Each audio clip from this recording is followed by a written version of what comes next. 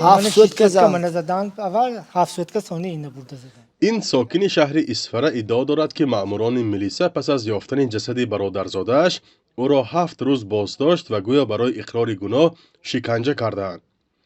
احدالله باباجانف عمک یاسین جان باباجانف 15 ساله است. جسد این نورس را ماه فوریه امسال از داخل دریا یافتند. مأموران حفظی حقوق در اول پیوندان را همچون عاملان حادثه دستگیر و بازپرسی کردند. پدرش اسدالله باباجانف هم چند مدت را پس پنجره گذراند.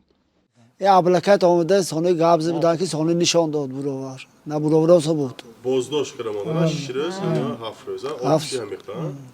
چهره زمان ابلکت ماشون با 2 روزم بود. 2 روزه آبشی قریب 10-15 روز شدم ده زاید.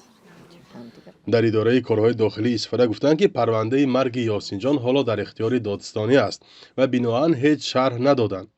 از دادستانی به رادیو آزادی گفتند که تحقیق ادامه دارد و هنوز کسی در کرسی عیبداری ننشسته است. کدام پدر و مادر کدام عمک میخواهد که فرزند خودش را همین حادثه به گرفتار کند؟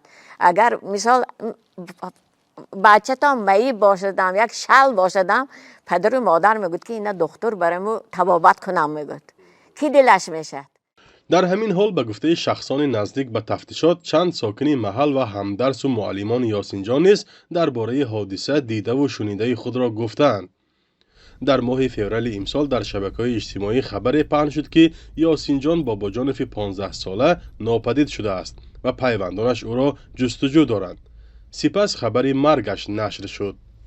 همین اول کافتن تمام جای کافتن طرفای کیم برفته کافتن با گشته طرفای دریای بینیم گفته رفته بودن که همونجا مرده یافت دریا نبودن. یاسین جان باباجانف روز 3 فوریه امسال از درس به خانه آمده بیگاهی برای تمرین رفته و دیگر برنگشته است.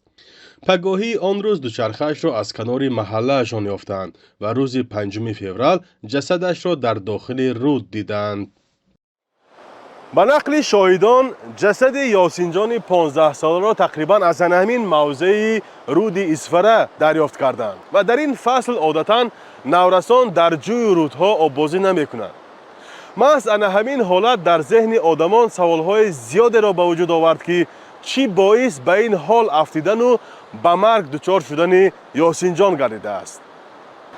پیوندانش میگویند یاسین جان نورس برای هر کار اول از والدان اجازت میگرفت و بچه گپ درو بود. برای همین خود به دریا رفتنش شبهه آور است. و خودشان خیلی نمیکنن و برده پفتگی چون که کله درنی آبنده بوده سو این توش به پاچیک هم درنی آبنده کله درنی آبنده پاچیک درنی آبنده. پدر و مادر و عمکایش میگویند با نورس معامله خوب داشتند و آزار و اذیت را نسبتش روا نمیدیدند. پدر 63 ساله یاسین جان میگوید دیر فرزنددار شده بود و فرزندانش را خوب نگاه و بین میکرد.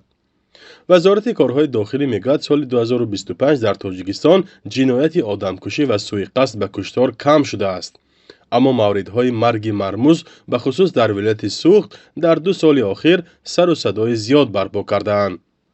حالا پیوندان نورس فوتیده در اسفره منتظر آشکار شدن حادثه و به جوابگری کشیدن سببکارانش هستند.